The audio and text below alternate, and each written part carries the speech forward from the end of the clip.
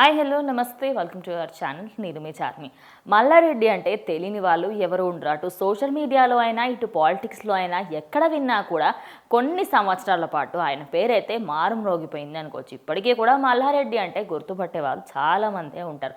అయితే ఆయన రీసెంట్గా తిరుమల తిరుపతి దేవస్థానానికి అయితే వెళ్ళడం జరిగింది.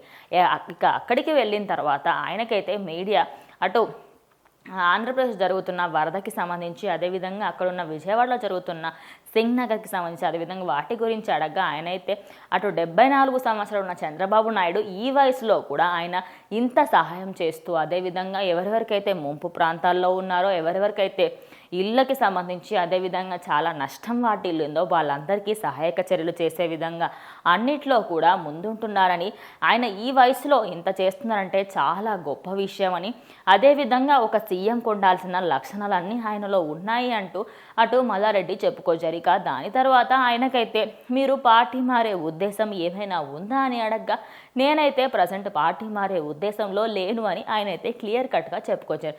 ఇక టీటీడీ దేవస్థానానికి సంబంధించి ఆయన అక్కడి నుంచి బయటకు రాగానే అటు చంద్రబాబు నాయుడిని పొగడడంతో ఆయన మాట్లాడిన మాటలు ప్రస్తుతం సోషల్ మీడియాలో అటు కూటమి ప్రభుత్వానికి ఒక జోష్నైతే తీసుకువస్తున్నాయి అనుకోవచ్చు. ఎందుకంటే ఎవరో తెలంగాణ రాష్ట్రానికి సంబంధించిన ఆయన మెచ్చుకోవడము, అదేవిధంగా ఆయనకి సంబంధించి ముందు నుంచి కూడా అటు పవన్ కళ్యాణ్తోనైనా సరే అటు సినీ ఇండస్ట్రీతో కూడా మంచి సన్నిహిత్యం మెయింటైన్ చేస్తున్న మల్లారెడ్డి ప్రజెంట్ ఏపీ ప్రభుత్వానికి సంబంధించి అటు చంద్రబాబు నాయుడిని మెచ్చుకోవడంతో అందరూ కూడా ఆయన వీడియోని షేర్ చేస్తూ జై చంద్రబాబు నాయుడు అంటూ స్లోగన్స్ని అయితే అందరూ కూడా ట్యాగ్ చేస్తున్నారు. మరి దీనిపైన మీ అభిప్రాయం ఏంటో కామెంట్ చేయండి.